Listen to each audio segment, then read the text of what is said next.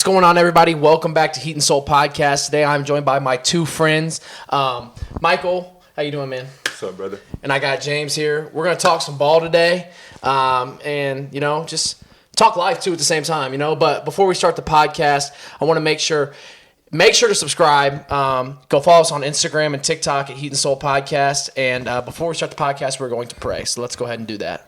Lord God, Father, thank you for this day. Thank you for everything you blessed us with. Thank you that we have the opportunity to come here and just talk life, talk hoops, and let us cherish and appreciate every day that we have on this earth. In your name we pray. Amen. Amen. Okay, guys, so I'm really excited to have you two on the podcast. You guys are hoopers just like me. Yes, sir. And I know it kind of came together quick. This is just really excited. We're in a different location today. We're actually in my basement in my house.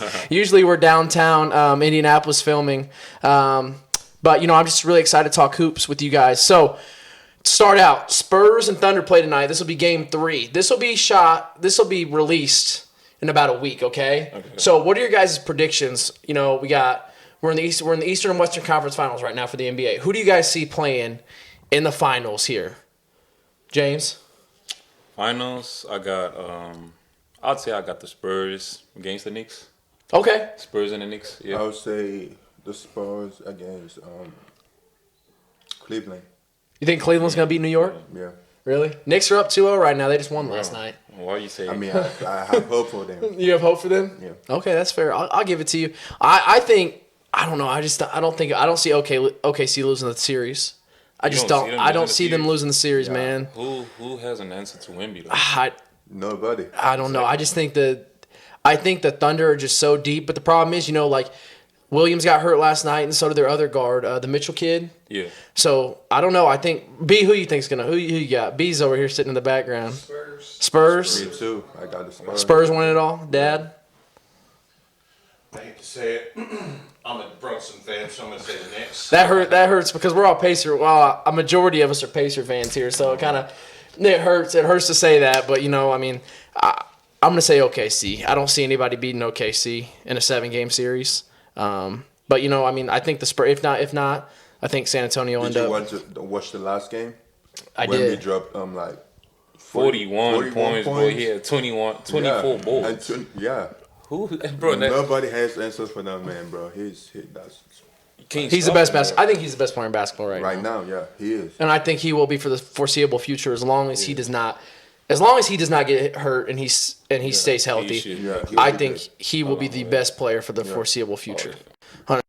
Well, we're talking NBA right now, but I kind of want to talk about, because you guys come from different backgrounds and different cultures. You guys moved to the U.S. to pursue a dream of playing basketball. To try to help out your families and make a difference in their lives. To support them from over here. So. What was it like, the culture change and the culture shock, coming over to the U.S., not knowing anything, you know what I mean? What was that like for you guys? And whoever wants to go first, I don't care, but you guys was there a culture shock, you guys had to get accustomed to different things, at home you were just used to a completely different lifestyle. So go ahead. I'll start first. So when it comes to culture, there are a lot of things we grew up knowing that we have expectations of coming to the U.S. I'll be like, oh, this is what the U.S. was supposed to be. But to me, it wasn't all that when I got here, because a lot of things wasn't what I expected to look like. So the food back home and the food here wasn't the same. Yeah. There was the game pace, basketball wise. The people here are more faster, when they go up and down. But the people back home are more stronger. So the more athletes back home, they're just not trained to play the game in the fast pace. Yeah. If you get what I mean. So the people here are more. I really don't know how a word to put it, but the people here, they sound nice, but they're not always nice. Yeah. They're not. Some people aren't genuine in the exactly. That's there you go. That's the word I'm looking for. And I can. Yeah. I mean, I think that's true everywhere. You know what I mean? But you get to major cities and stuff like that, and just some people just aren't real. You know what I mean? So especially I think social media also promotes that too.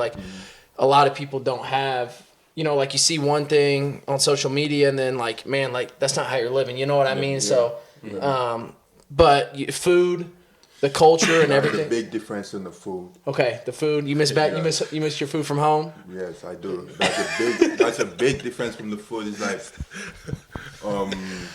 like here, one thing I noticed with the culture of the food is that Americans don't have a food. They don't have a food type.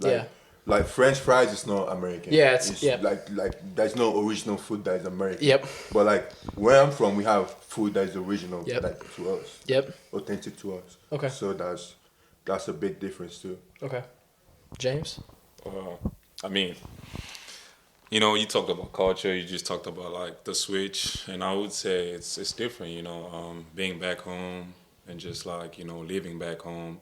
And having actually like this opportunity to come down here in the USA, because it's not given to anybody. Yeah. You know? I can't count hundreds and thousands of kids back home that dream about this opportunity every single day. Yeah. And so me being here, and I know Mike can also, you know, add some points on that. It's a blessing, you know. With that being said, I would say that, you know, the culture, the food, the people, the diversity, like everything is different. Africa, people always have like this image of Africa being like I don't know, like a secluded jungle somewhere where, you know, it's just a bunch of, I don't know. Kind of how they teach it. Kind of how they teach it in history, you know, like just what they want us to see, the stereotype about, they giving on. And I'm not going to say it's 100% fake, but I just want people to go out there for themselves and, you know, like experience it for themselves, because it's really better than what they show you on TV.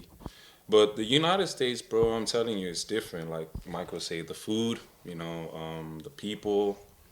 I'm enjoying it so far. Yeah. You know, I'm enjoying my journey. Listen, man, I came here. I was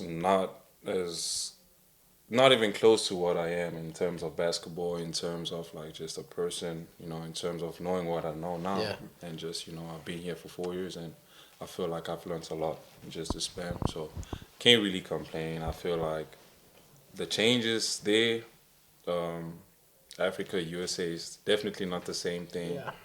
But I can't really complain. I like it, and I feel like sky's the limit for real. And even like the social aspect, you know, like learning, like I don't want to say learning English, but like understanding like how people talk, you know, like It's the accent behind it. well, not picking up on like, I don't even know, what would you call it, like not picking up on humor, like idiot, like stuff we say doesn't make sense. Like we'll say something funny and everybody thinks it's funny, and like you're like, man, what is that? What in the world does that mean? You know, like so even that. I mean, like even small changes like that. I mean, I couldn't imagine going to, you know, like where you guys are from. You know what I mean? Like me when I got here newly, the accent was so different for me because there are some things people would say. Like my dad right here would say something to me, and I wouldn't understand what he's saying at the first time because I had to take it slow because the accent is like he's too fast with it. He's speaking English, but it's not the same English I speak. I speak with a different tongue. Yeah. So the accent was a big issue for me too. Okay. I just want to add a point on what Michael said. Like, I mean, I'm in the USA now, but like outside the whole world, like everywhere else, people from the United States don't understand that they're the ones that have an accent. Like everywhere else, people think that the US has an accent. And they don't understand your English. Yeah. Yeah, everybody else is trying to understand the accent from here. Yeah. Whereby everybody here thinks that everybody coming in has an accent. Yeah. Like that the thing, most people I speak to don't understand. They be like, oh, that deep African accent. Yeah, no. That's the best English understandable everywhere, bro. Like in the whole world.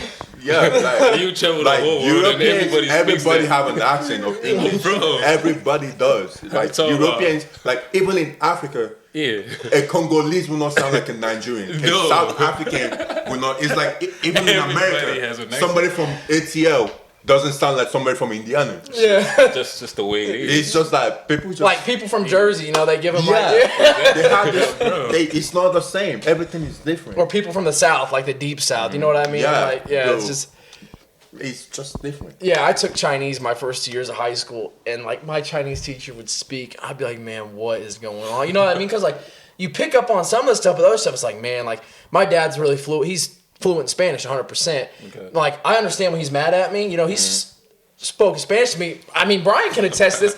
I mean, he speaks Spanish all the time, and he'll talk to me in Spanish sometimes, and I understand some stuff. The only time I really understand is when he's upset with me or something like that, because his tone changes, you know. Yeah. But like even like just like the social aspect, you know what I mean? Like the way that people speak, you know, that would be a tough thing to adjust to, you know. But you guys people love you guys. I mean, like, I remember when Mike first got to, you know, when he was at public school, you know, the first year, people loved Mike. You know what I mean? They did. They just, like, I feel like not everybody, but a good majority of kids at school, like, kind of accepted, you know, not accepted you, but, like, they kind of brought you in as their own. Yeah.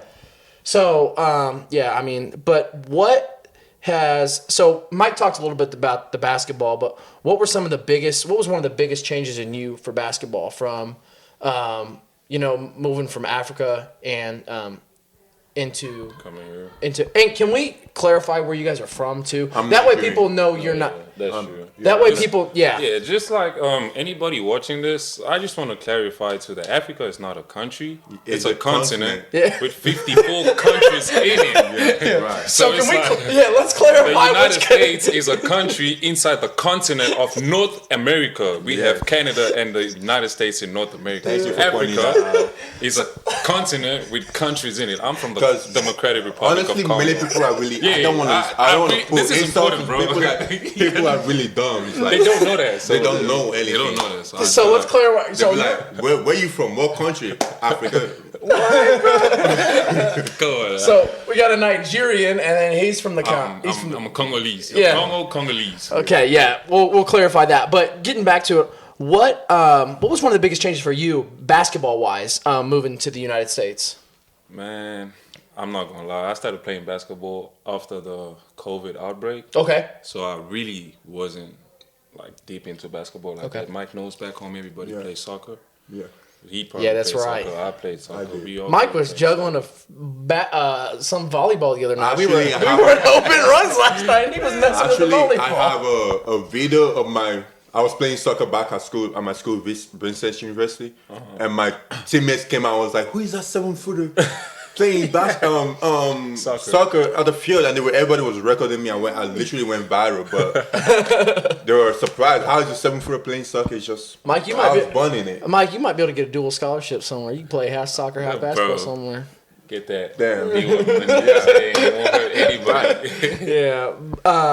What's your guys' favorite part about basketball? Like, what is your favorite part about playing? You know, because you guys are hoopers. You know, like I feel like everybody's got their favorite thing that they love to do in basketball. You know, whether it's you guys both protect the rim at a super high level. You know, you both have great motors and you guys are both great athletes. You know, so what is your guys? And you guys finish around the rim really well as well. Yeah. So what is and you rebound at a high level? So I guess I'm just pointing out a bunch of stuff. But what is your guys' favorite thing to do on the basketball court? I love it when I block shots. There's something about blocking shots. I probably enjoy blocking people's shots than dunking on somebody. Okay. I really love blocking shots. Okay. I don't know, man. I love running that floor and getting rewarded. Okay. Like when I get the ball after a good defensive stop. Yeah. Running that floor and making that lay, I just feel good. Yeah. Yeah, I feel good. Yeah. And then Mike, you're going into your second year of junior college, and Mike in high school, his last year of high school, he did play at Overtime Elite on a very good team. Can you talk a little bit about that? That experience. I joined the Field Guard team at OT my last year of high school. One thing I would like to point out about the OT stuff is it was very competitive. There was too many competitions, high level athletes. There was a lot going on. That's maximum thing I have to say about it. It was just a lot going on with competition. Too many good talents, people going far. There are people in the NBA right now from the OTE. So yeah, it was a good sport. Are you glad you ended up doing that? I'm glad I had to play against the people I played because you see, all this is an experience that help you grow. And see where you have to be, where you want to be, and get better in what you need to do. Yeah. Now, James has been at Southport High School. Yeah. For how long you been there? Well, since sophomore year, so like 3 years. Okay, and I probably should. He gives me crap about this. I probably should have went there last year and played with him. Bro, you should have. You should have. But what was your high school experience like playing there? Man, no regrets. It was fun. You guys have Brian. You think Southport's got the best gym in the state when it's packed out? Yeah. You think it's better? You think it's better than Newcastle? 100%. Newcastle, I don't know about that one. Nah. Y'all Southport's got. You got. I think you guys have the best gym in the state. Yeah. I think the best probably, yeah. And I think, like, I'm not trying to, like, I think people that play there, I'm not trying to say this is you necessarily, but, like, I think if you play at Southport, you almost take it for granted. Like, I think some dudes, like, they don't realize, like, man, I'm playing at That's a big arena. Yeah, especially when it's packed out. Yeah. One of the biggest arenas in the whole world when it comes in terms of high school. High school, yeah. So, I mean, It is big. something to, respect. Yeah. See, that's something I really want to touch on. Like, since I was a kid, I played soccer, and like, I've been born an athlete. Yeah. Like, my parents didn't like it. My own parents were like, I need you to go to school and be a doctor, a lawyer, something else. Being an athlete is not something that's given to you when you're born as a Nigerian, or I don't know about other African countries. Basically, as an African, bro. Yeah, you when you're born, they want you to be something else apart from being an athlete. Yeah. An athlete, being an entertainer, musician, stuff like that, they don't mess with it. No. Is that because the success rate is so low? No, It's just it's 'cause actually it's like- high. Is it really? It's actually high in there are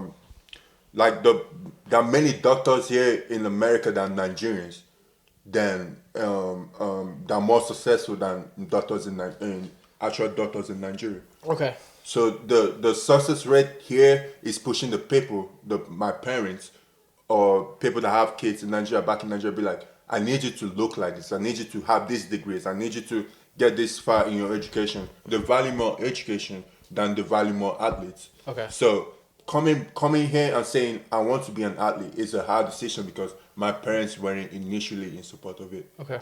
So it's a stereotype that I have to break for myself and be like, I want to be an athlete. Yeah. I was literally whooped for playing soccer. No, for real. I was literally whooped for playing, like, being an athlete. My parents never wanted me to be an athlete. Really? Yes. But it isn't me, I was just born to do it. Yeah. I want to add on that, like what Michael said. So, like, Nigeria, Congo, Ghana, like, name it, any African country. Bro, like, all these parents grew up with this mindset that sports, entertainment, just like you say, music, is something that happens by luck or by chance. Yeah. And the only way you can make it out is school. So, in the USA, I feel like parents do a great job, to see what the children want to do later on in life. Yeah. Whereby back home, it's like they already want you to do something. Yeah.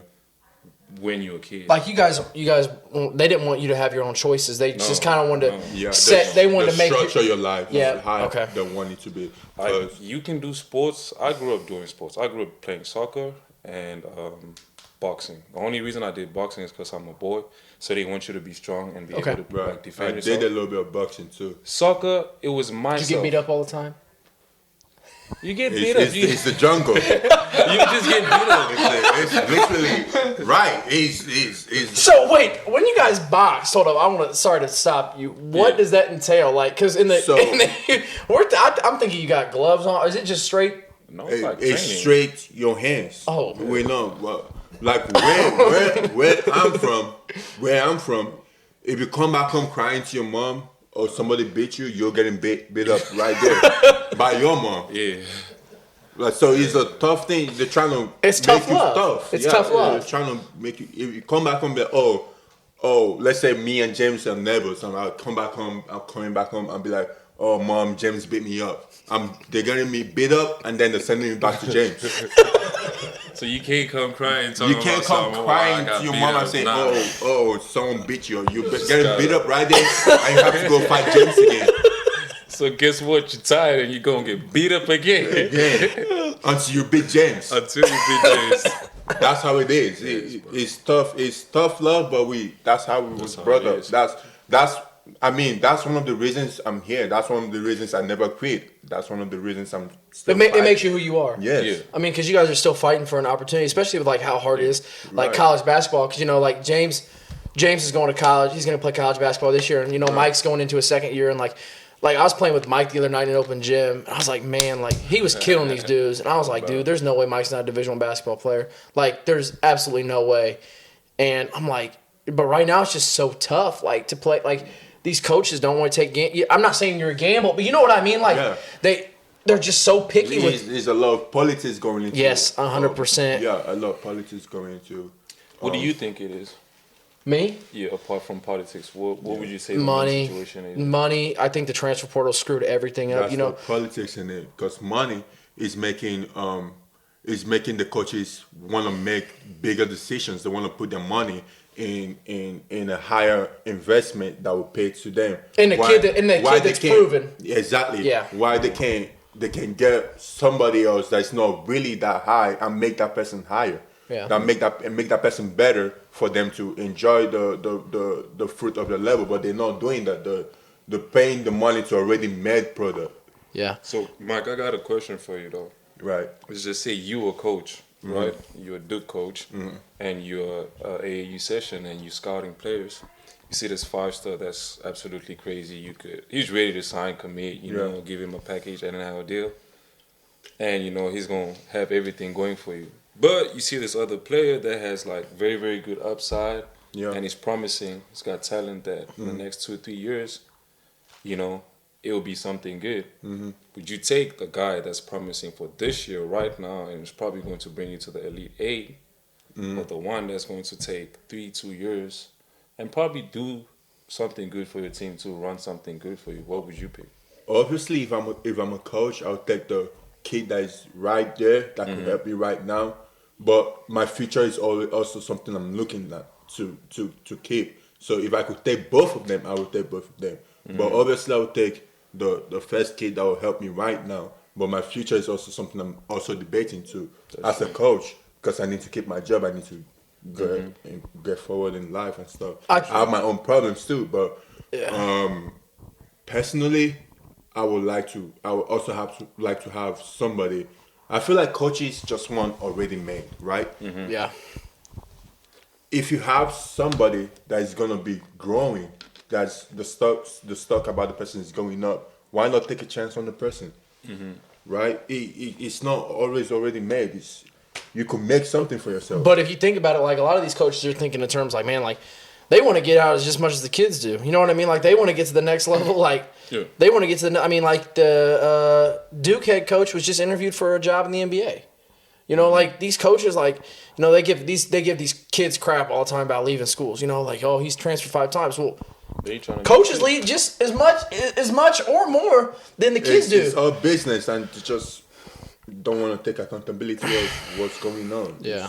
So I mean, it's crazy right now. I think the transfer portal. I think COVID screwed a lot of stuff up. Like with kids being able to redshirt and stuff. I think it's good for like the kids in college that are playing. Like it's good for them because like you can go make $500,000. You know what I mean? Like at ACC, like it has really helped the kids out, but it's screwing high school kids and guys like you. But like it's nice because you've retained your eligibility. You know what I mean? Like you're going your second year JUCO, so after this, you get out and go play big time basketball. Yeah. I'm not even supposed to be asking questions for it because this is your podcast. No, you're good. But I'm interested to know, like, since we're talking about basketball, what do you think is a better route, prep or JUCO? I think it depends all upon the kid. I think it depends on your situation. I think it depends on, what you want to do after you're done with basketball. I think it depends on your age too. Okay. Like especially like with this new rule that the NCAA is implementing, or they're going. Has it been implemented yet? I don't know if it's been, but it's like this. It's this rule. You know what I mean? Like if you're old, like you're not gonna be able. You know what I mean? Like I really think it depends on the situation and what the kid's end goal out of it is. If you want to go to league, like if you want to play overseas, like I think there's multiple routes, and I think everybody's journey is different. But I think it depends on the situation. What do you think? What do you think? I don't know. I don't really have a specific answer I'll give you to that. But I like your point. Like situation, everybody's situation is different. So. And I think it depends also where you're going to play JUCO, because you go to a terrible JUCO, you know what I mean. Yeah. You go to a terrible JUCO, you don't want to go to a terrible JUCO. Yeah, would you rather go to a really good prep school where you're going to get minutes? You know what I mean? And you're going to get senior. Or would you rather go to did I say a good JUCO? You say a good prep school. Yeah, I think it just depends on the level you're going to. Like if you're going to a terrible JUCO, am I wrong, Brian? Like you're not going to get. JUCO's tough. Yeah. And it's it from being there, like it's a grind, you got kids that don't have their head on straight and they're doing stupid stuff and they're just there to be there, I'm not hating on them, but they're just good athletes, you know what I mean? That's why they're there. It's not necessarily that they're smart and they make smart decisions all the time. But Mike, what do you think? What do you think the best route is? You personally, I would not go to a prep school. Okay. Personally, that's just my based off your situation. Yeah. I would not go to a prep school. I'd rather go to a college, JUCO, than going to a prep school. Somewhere they're gonna develop you too. It also and also I just don't want to be in a prep high school situation. So like prep it includes post grad, all that, right? Nah, I don't want to be in all that situation. I want to be I want to have a college experience. Okay. That's what I want. Okay. So even if it's JUCO, I won't go to a bad JUCO, but I want to have a college experience to see what I'm getting myself into. I mean, I think we're all on the same page here. Like, I think it just really depends on your situation. The situation and what you want out of it at the end of the day. And also, as an international student, a lot of things are not laid out for us like that. It's different for us. Like we don't have the privileges a regular student have. We don't have the documentations, and it's not laid out for us like that. I feel like the government of this state makes it harder for us to be an international student, especially an athlete, than what it is. It's really hard to be that, because you can't even work. Even if I wanted a job right now, I don't have the time to do the job because I have practices, I have school, I need to rest. I got stuff I need to do. You do need to rest. I do need to. Mike needs his prince. Mike needs his sleep, man. Bro, I'm 6'11", 6'10". You need to rest your body, or else you're getting injured and you carry bro. That's your money, right? That's your money. I'm not giving you crap. I'm not giving you crap. I'm just being honest. This is literally, we need to take care of what we got. This is us. Yep. This is all we got. So what is your guys' I know everybody says what is your guys' end goal? I know everybody says they wants to play in the NBA. Yeah. But what is your guys' end goal with basketball? Bro, that's a good question. I'm going to go JUCO. I'm going to dog myself out, bro, for the next year or two. I'm going to go D1. And I'm going to stay in D1 as long as I can. And make that money. Yes, sir. I mean, I feel like that's what anybody want to do at this point. Yeah. Right. That's basically what we're planning. The thing is just... For me, I just need to.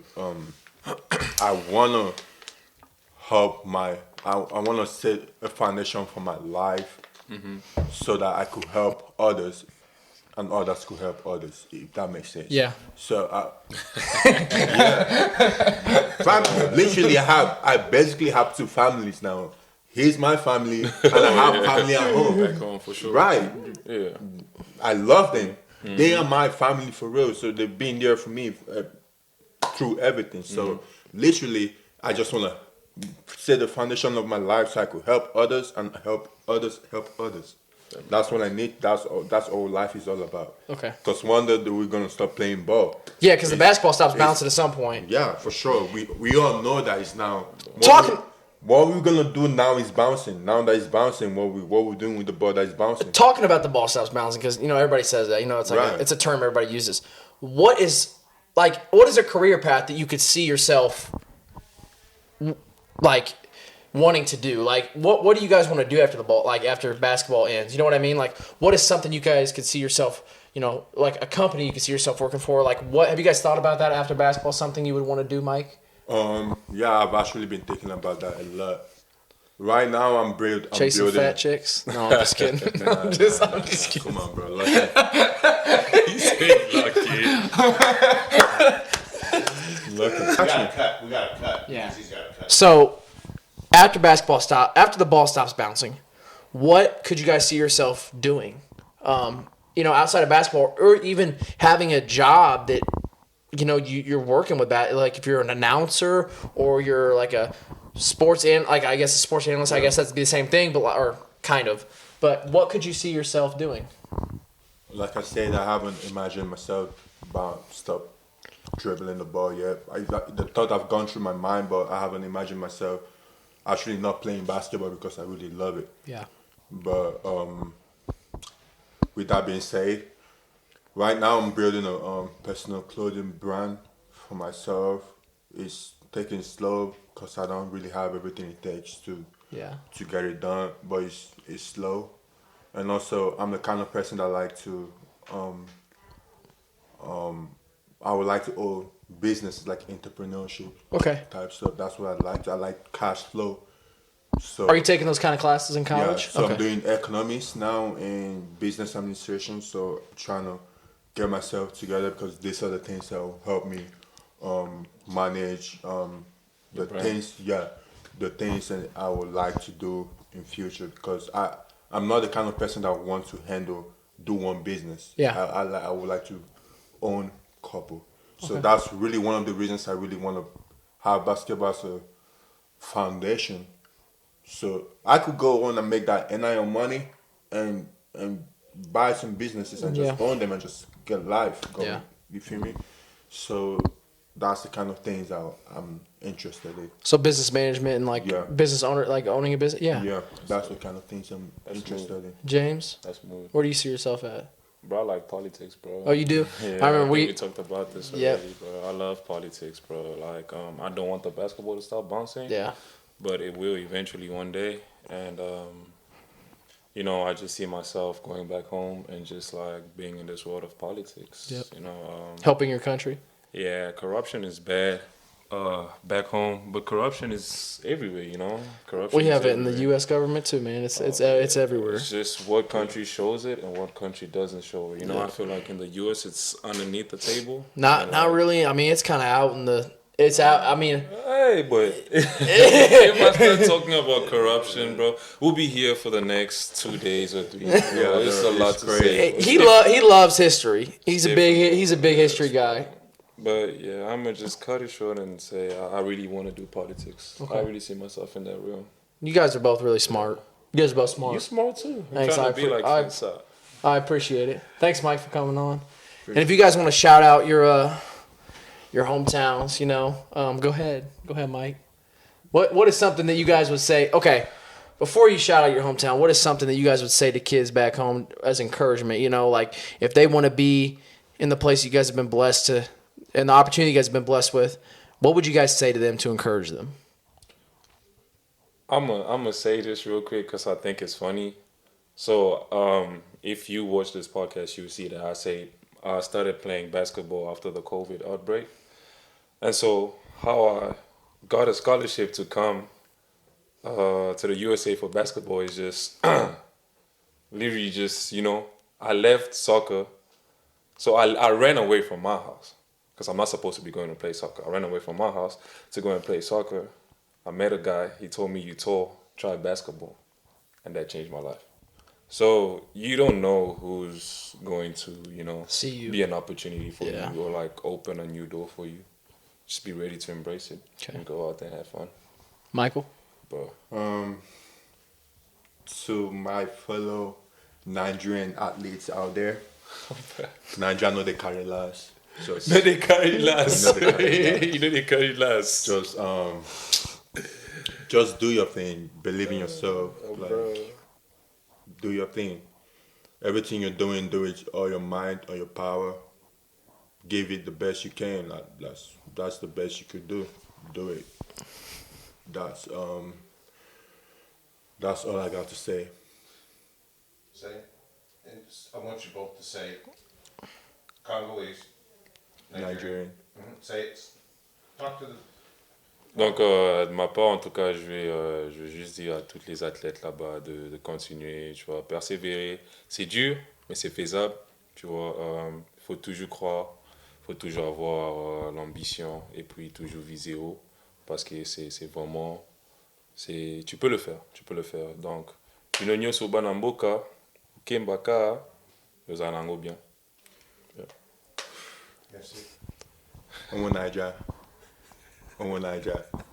Si you be name ime. Maybe damn, I messed up.